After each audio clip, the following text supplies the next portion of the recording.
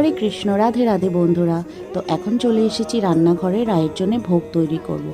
আর আজকের ভোগের রায়ের জন্য স্পেশাল হচ্ছে মশালা পুরি। কিছুই না, খুব সিম্পল একটা লুচির রেসিপি, বাট ভেরি টেস্টি। তো তার জন্যে আগে থেকে আলু সেদ্ধ করে চটকে নিয়েছি। আর তার মধ্যে খুব বেসিক কিছু মশলা, যেমন নুন, হলুদ, একটু মিষ্টির জন্য চিনি দিয়েছি। তার সাথে দিয়েছি হচ্ছে জোয়ান আর আমচুর পাউডার, একটু কাশ্মীরি গুঁড়ো লঙ্কা। এবার সব কিছু দিয়ে তার সাথে আটা মিক্স করে ময়ম দিয়ে ভালো করে মেখে নিয়েছি। জল দেওয়ার আর প্রয়োজন হয়নি। এবার লুচির মতন ছোট ছোট লেচি করে নিয়ে বেলবো। তেল গরম হয়ে গেছে, তেলের মধ্যে সুন্দর করে ভেজে নেব। আর তার সাথে একটুখানি ফল কাটবো।